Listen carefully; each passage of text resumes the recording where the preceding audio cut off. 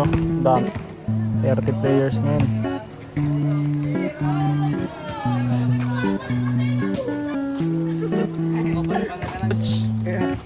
Coach Jeffrey. Alam niyo na, ituro ko sa inyo kagabi.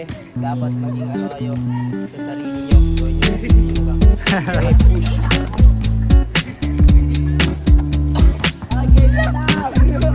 Mas madami ngayon ah. Nasa 30 mahigit yata to. Alam muna, labag muna.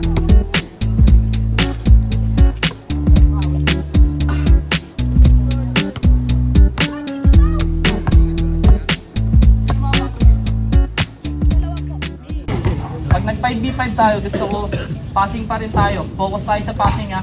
More on passing tayo, 1 to 2 dribbles lang ulit ha. Kasi again ha, 1 to 2 dribbles, pinakamarami na yun. Sa loob ng court, pag kayo na, hindi nyo naman magagawa yun na 1 to 2 dribbles lang. Ngayon lang natin ginagawa yun para kahit papano, napoprogram yung isip nyo na pag kayo na naglaro, kayo, more on passing. Huwag masyado ma-dribble. Again, ano yung pinakamadaling paraan para manalo kayo sa basketball? Dapat ganon. Iikot ang bola, passing hanggang sa may malibre na kakampi, siya yung titira. Kaya kung may kakampi kayo na libre sa 3 points, tapos walang bantay, tira na yon. Pero kung alam yung walang rebound, wag muna. Kung sino yung libre sa labas, bigay nyo kagad, tira kung may rebound. Pero kung walang rebound, wag basta-basta titira. Kailangan magkaroon muna kayo ng possession sa ilalim bago nyo titira sa labas.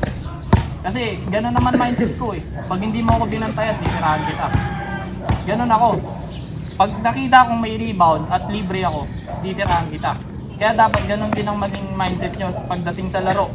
Kung sino yung libre, hindi naman pwedeng libre ka. Tapos hindi pa masyado nakakapwesto yung makakampi mo, titira mo kagad.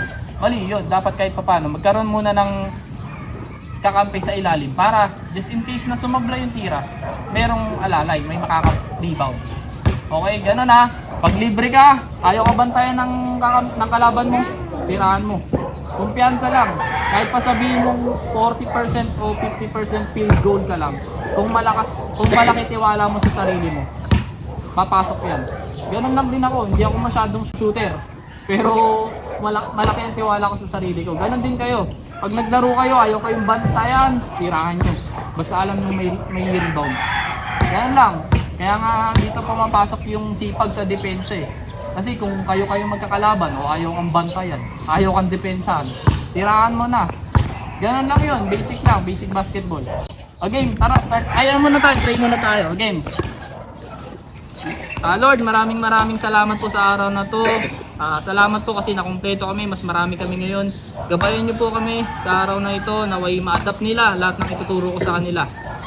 Maiwasan po sana ang injury at pikunan, enjoy lang. Maraming salamat po at naway matapos namin ang training ng maayos at libre. Amen. Amen. Isang beses ko lang uulitin ha. Hanggang dulo tayo sagad sa court. 1, 2 step. Angat ha. 1, 2 kanan. Tapos kaliwa ulit. Sundan nyo na para mabilis tayo.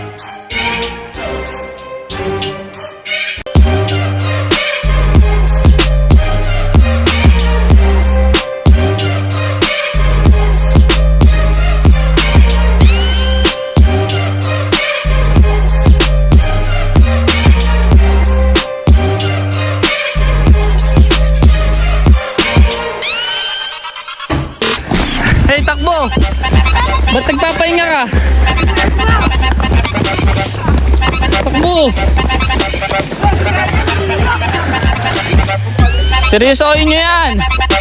Para magkaroon kayo ng footwork.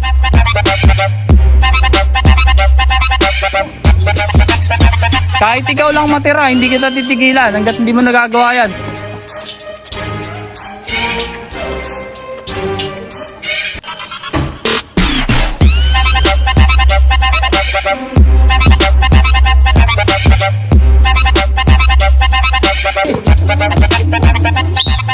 Okay, wala pa uy.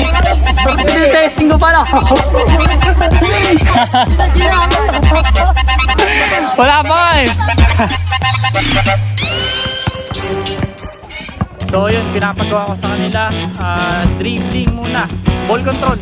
Pagsisimula sa kanan, tapos pag nakatawid sila sa court, left hand naman. Full speed dribbling yan. Right hand muna, tapos pag nakatawid sila sa court, yan. Nice one. Diba?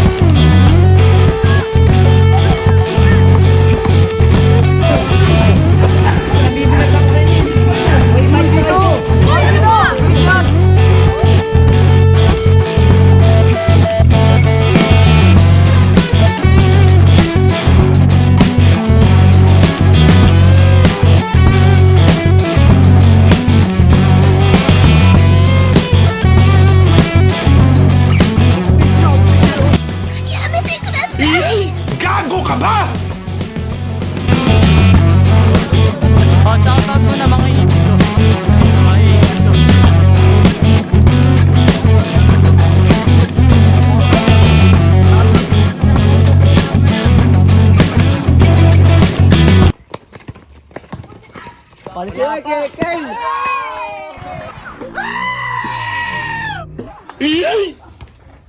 Nice one. Walang tao-tao, tatagalin lang ang tao-tao eh. Pagtapos nun, 5v5 na ang ginawa nila. Ang focus namin dito ay passing. Sabi ko sa kanila, 1 to 2 dribbles lang. Pag lumagpas ng 2 dribble, score ng kalaban. Sinasanay ko sila dito para masanay sila na kung sino ang libreng kakampi doon na nila ipapasa. Para basic basketball, ayoko nang masyadong madribble sila. Tsaka para ma-develop na rin ang kanilang guard skills. Para ngayon pa lang matutunan na nila yung role ng isang point guard na pass first.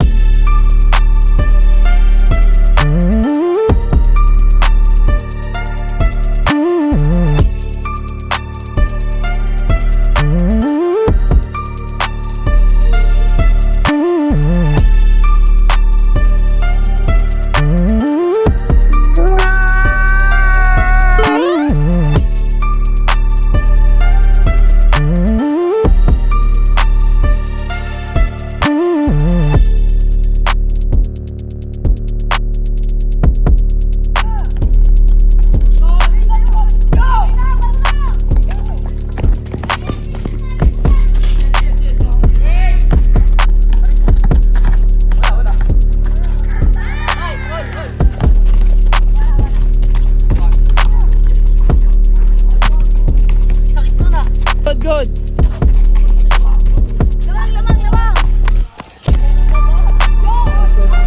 Condition.